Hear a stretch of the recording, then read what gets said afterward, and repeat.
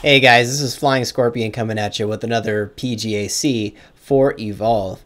I'm just going to cut straight to it. We're just going to go straight into the gameplay footage, and then after the footage, I'll be talking about all the other things I want to talk about that's not strictly related to the PGAC. So, here you go.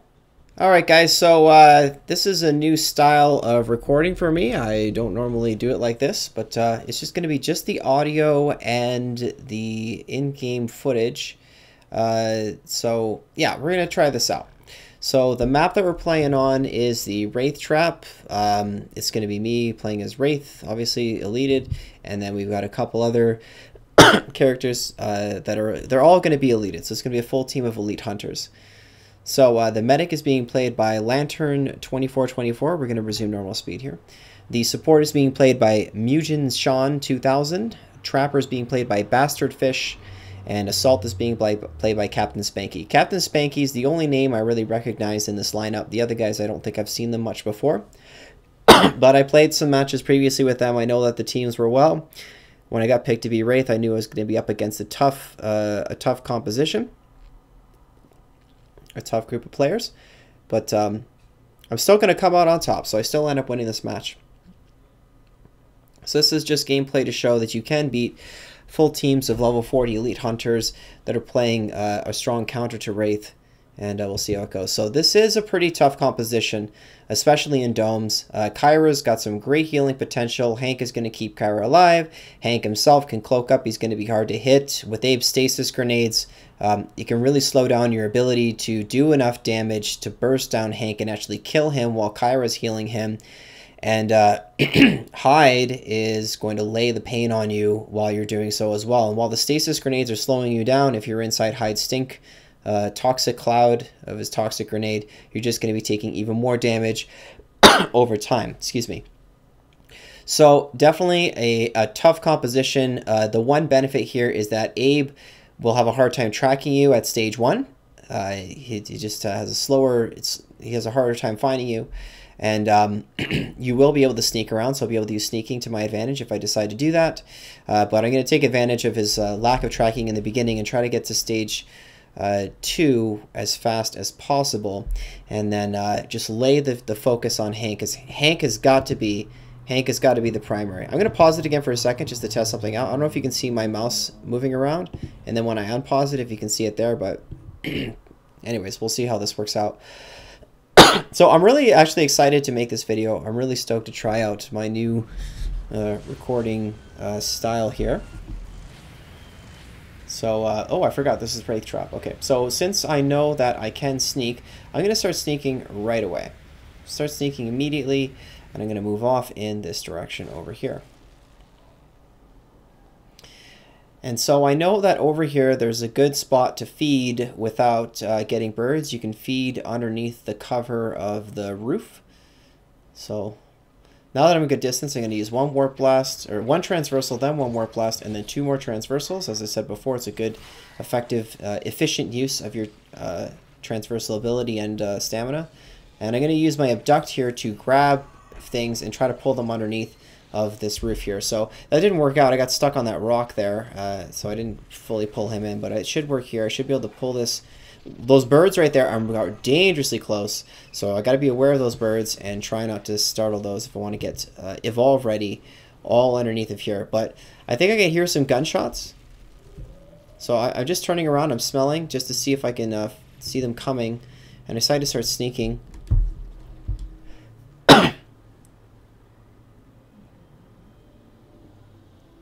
Doesn't look like they're here.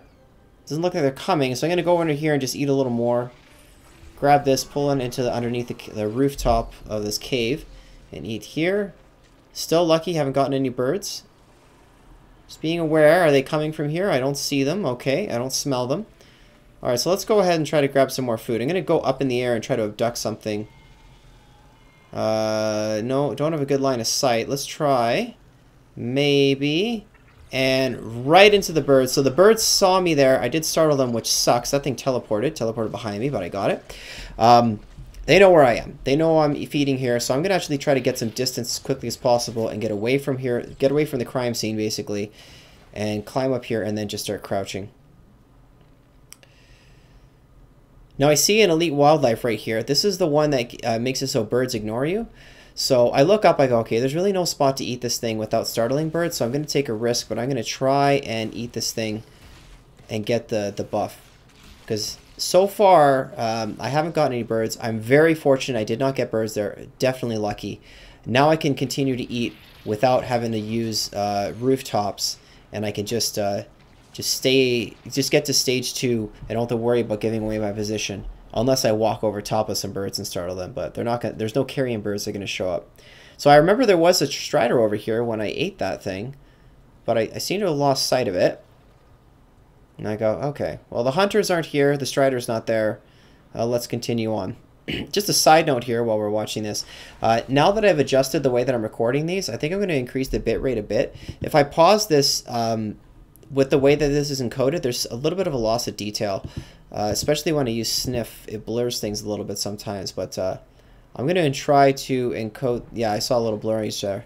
I'm going to try to encode them a bit. See, no, there's a plant right here. I don't know if you see, there's a plant right there. I can abduct a hunter into that plant. And I see 3 or 4 striders all piled up. There's another plant right there. I see a bunch of striders here, and I decide to warp blast right on top of them. Now I can evolve, and I also have some food ready immediately after I evolve. I don't know if you can see the bar here showing up on the bottom. I hope not. So I'm going to put 1 more into Supernova, 1 into Abduction, and then 1 into Warp Blast. That gives me 3 Warp Blasts, 2 Abduction, and 1 into Supernova. 1 point of Supernova is all you really need right now. So I'm going to finish eating. Still not getting any birds, which is fine. They know I'm in this general area because I did evolve.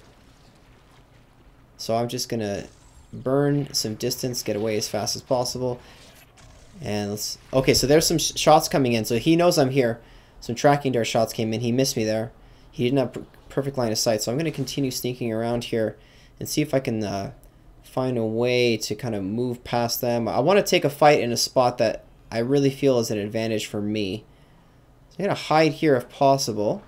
I am glowing because I have full armor. I am stage 2, so I'm a little bit bigger. But we'll see. And he does see me. Okay, so he sees me. He's got a tracking dart in me.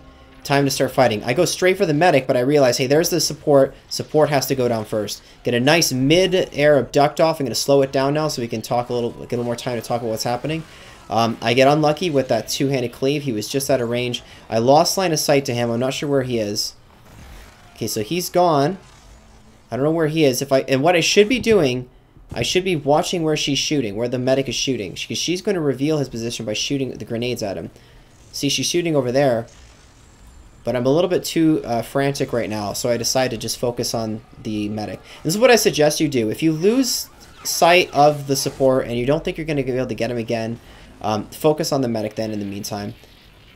So I'm going to get the medic nice and weakened here.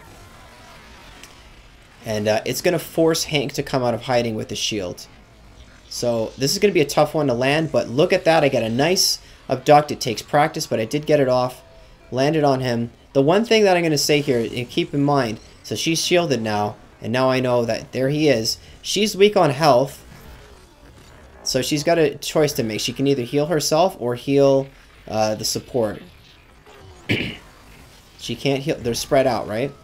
And if they bunch up, they're a prime target for a warp blast. So she used her healing burst there, and she used some healing grenades, got him topped off quite well. I've lost all my armor, but remember, I've got some good damage on both the support and the medic. Support is going to go down.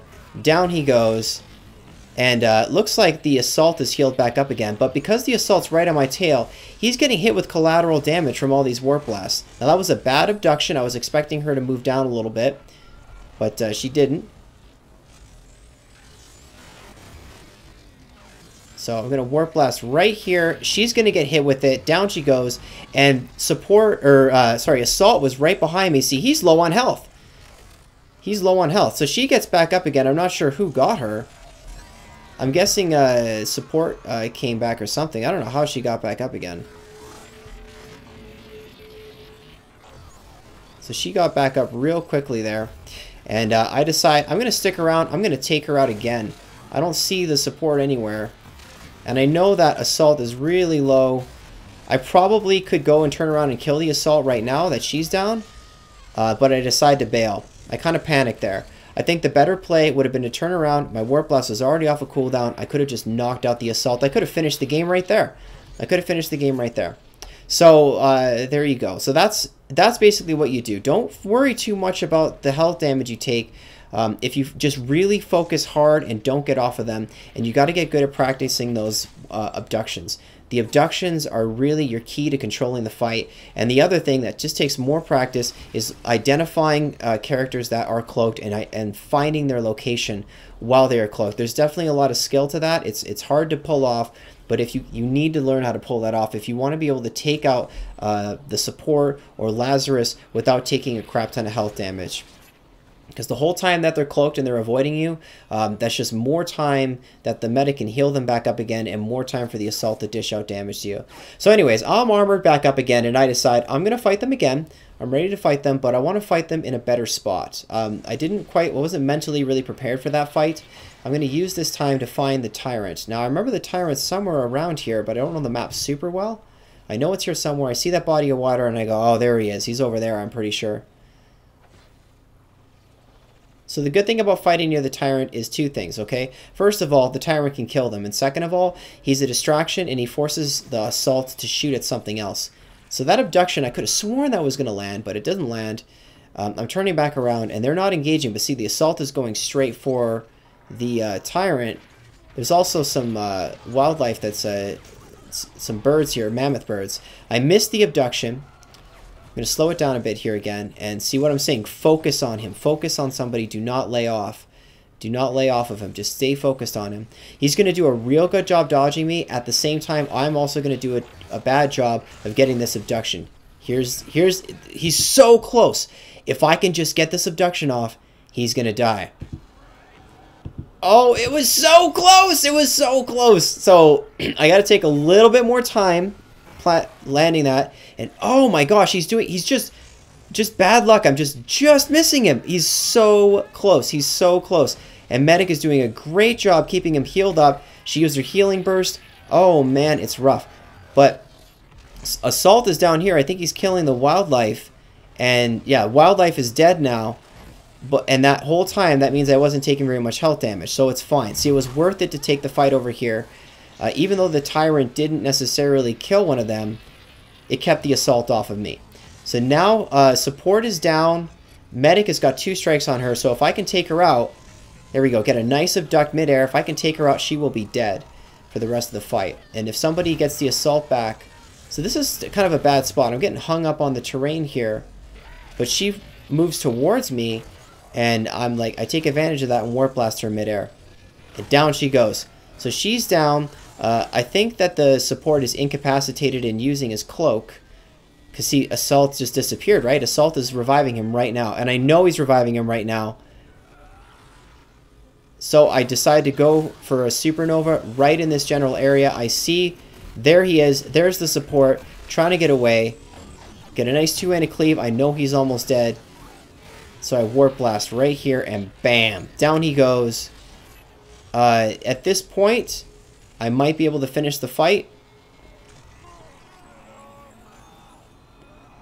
Support is dead now, so it's just me and the Assault and the Trapper.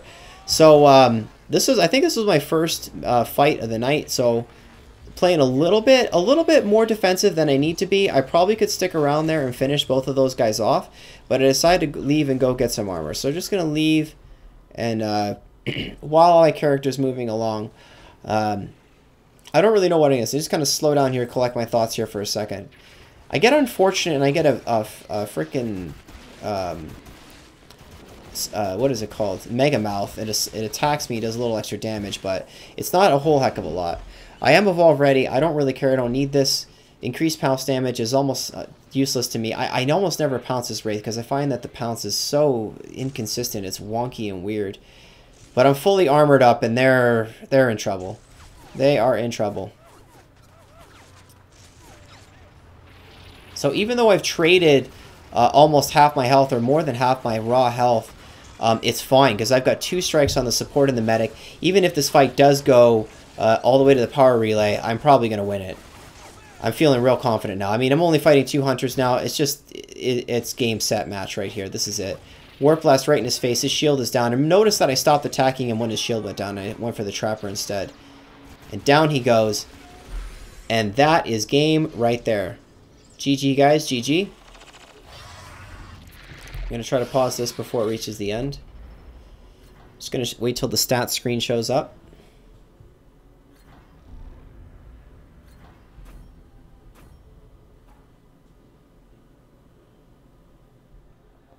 Alright, so there you go. There was a match of me playing against 4 elite hunters and coming out on top, coming out at stage 3 and just taking the fight at the end. I took a good amount of health damage to get those strikes, but like I said before, once you get the strikes off on them, it just gets easier and easier and easier. It just sort of snowballs, and Evolve is definitely a game where momentum takes place. Momentum can carry you through to an easier victory at the end. Like, let's say you get the strike, 2 strikes off against Hank, then against Lazarus, for example. Lazarus is doing a real good job dodging you. He's dodging you. He's dodging you. You get 2 strikes against him. The third time you come against him, he's got 60% of his original maximum health. It takes like 1 Warp Blast and then maybe a couple of heavy attacks, and then he's down.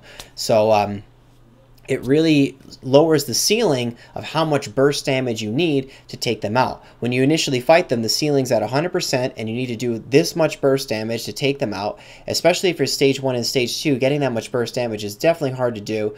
But once you've gotten 1 strike on them, the ceiling goes down, and then you also stage up, so you get closer to doing more burst damage. And then the skills tip where it's just crazy easy to take people out. And then once they're out, they're not even incapacitated, they're just straight up dead. So Evolve is a game where not only are you rewarded with winning the game by playing well, but little breadcrumbs along the way are your rewards for doing well in the little situations. Like, you're the first one to get to a wildlife buff perk, like the Crowbow Sloth, and you get 25% increased damage, and you take it away as the monster. You can eat the whole corpse and deny the hunters from getting it. That's a little benefit right there. You're doing 25% more damage, and they don't have that buff. So all these little things add up, and they create this snowball effect where even if you take a good amount of health damage, even if you lose 3/4 of your health and you're at stage 3 and you're going to take them down, if you've got strikes against almost all of them, or you've got like 4 strikes spread across 2 different characters, you're going to win. You're going to win as long as you continue to play well, right? So that's it. So excuse me. So yeah, that's basically that. So in this segment of the video, I'm going to be talking about some other things here that are not exactly related to that. It's more so related to the production quality of my videos, and that's kind of the other side project, I guess. So I've got a couple different projects that I'm working on here. I'm going to move the microphone back so it stops making really loud peaks on the audio. I can see it in the background here. Okay, so what previously my vision for my videos was this. It would have the introduction, it would show my face, I'd be recording with my webcam, I would be talking and watching gameplay footage, I would use my video editing software to kind of switch back and forth between my face, the webcam, talking to the webcam like this, would be like, hey guys, blah, blah, blah, and then it would go back to the video footage of what's happening in the game. Kind of like if you were watching sports newscasters, like they would show the sports thing happening, and they would cut to the sportscaster being like, oh, that was a risky play or whatever, and then it would go back to the whatever, something like that. That's my vision for it, but I've basically sort of succumbed to my hardware and software limitations. I just can't consistently do that. I can't consistently make these videos the way that I intended to do them without my processor just kind of going, oh, this is way too much, and like slowing down the frame rate of the videos and causing problems. So I can't do it. So I got to be able to record like this with the webcam. And then when I do my post-gameplay analysis / commentary, I'm actually talking over top of the gameplay. I can only use my audio. I can only use my microphone, and that's what I'm going to test out tonight with this video. And I hope it's going to work out. So we'll see. So really that just sort of changes the end vision I had for my videos, but I think it's acceptable. It's still acceptable. They're still going to be pretty good. One of the things too, I've been sort of tweaking around the webcam, was I've been changing the lighting. I had way too powerful of lighting before. I've dimmed the lighting a bit, and now it's not like my face doesn't look like the fucking sun. So yeah, that's a little bit better. I'm gonna back up a little bit. I can still see I'm talking pretty loud, and the microphone's kind of going like too loud. So yeah, other than that, what's going on with me? I'm moving. I'm moving tomorrow. I've got these long-term plans to get back into school, to get into university, and take either economics or physics. I'm thinking about taking economics and doing videos similar to this. To be completely honest, these videos are actually sort of my testing grounds for the future videos that I'll be making on a completely separate channel that are going to be about issues of social significance, at least that I think are important to educate people on. And then people that are in their 20s that can relate to me, or want to watch my videos, they can get educated. I'll teach them stuff. I'll talk about what happens when you increase minimum wages, how it affects everybody in the economy, or at least try to give as much perspective on that and give different angles to look at it than the initial like, oh, it's great right off the bat. And also talk about what's happening in politics potentially, and sort of or just educate people on how to vote. Be like, this is how you vote, just things like that, because I think that my time is limited. You're not on the planet for very long, and you might as well put some effort towards doing good or improving the situation here on planet Earth, because I'm sure there's plenty of us that were born and then we get older and we go, I wish I wasn't here, but live and learn, right? And then try to teach others and sort of motivate people to make things better. So anyways, enough about this. Getting way too deep for this channel. That's not what this channel is going to be about. So I'm moving. I'm going to be really close to my job that I got over there. It's going to give me an extra 2 hours a day that I can spend on whatever. Those 2 hours were previously spent taking the train back and forth to work. So that I'm going to live so close to my job, I'll be able to literally walk across the parking lot and be at my job. Like, that's how close it is. It's like right there. It's like walk out the front door, cross the parking lot, I'm at my job. So that's going to be really convenient. And that extra 2 hours a day, I'm not sure what I'll spend that on. I think I might start exercising again, get a little bit better shape, and have a little more time to work on these videos, get my sleep schedule hopefully sorted out in the new situation over there. And yeah, we'll see. So yeah, that's pretty much it. That's what's going on with me. I'll do some more of these videos in the future, and we'll just kind of see where this goes from here. All right, well, thanks for watching, guys. Again, this is Flying Scorpion with the PGAC for Evolve. If you liked it, give it a like. If you got any comments, please provide a comment below. I'd really love to hear from you guys if you have any suggestions on what I can do better, both in making the videos and as playing as Wraith. Thanks for watching. Adios.